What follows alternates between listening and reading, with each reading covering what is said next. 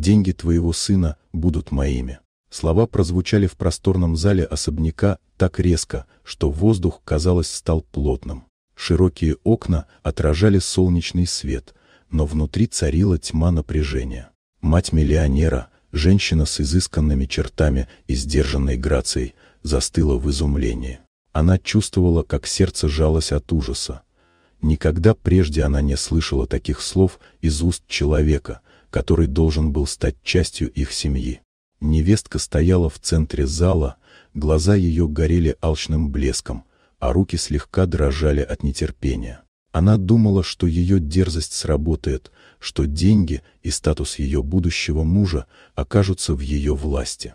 Но на лице матери проявилась смесь шока и обиды, словно тихая буря готовилась сорваться. В этот момент в дверях появился сам миллионер. Он был одет в элегантный костюм, на лице играла легкая улыбка, а в руках он держал букет свежих цветов, белые лилии и розы, символ чистоты и нежности. Он собирался сделать подарок своей невесте, но только что услышанные слова мгновенно стерли всякую мягкость с его лица. Его взгляд стал холодным, как лед, и напряжение, которое он почувствовал, казалось осязаемым.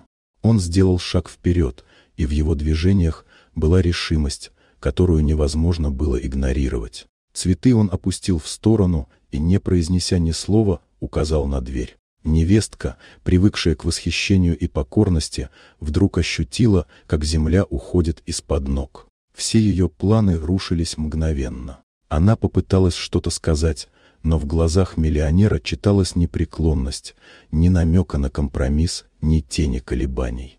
Она вышла, тяжело ступая по мраморным плитам холла, чувствуя, как амбиции и жадность обернулись ее поражением. Дверь закрылась с глухим стуком, оставляя после себя тишину и облегчение. Мать миллионера оперлась на спинку кресла, медленно выдыхая, словно сама только что пережила бурю.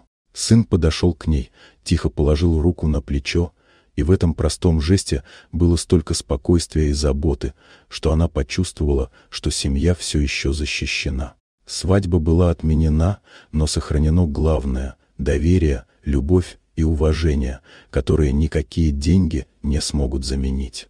И в этом доме, где роскошь и богатство казались важными, истинная ценность проявилась в другом – в честности, достоинстве и способности видеть настоящие намерения людей.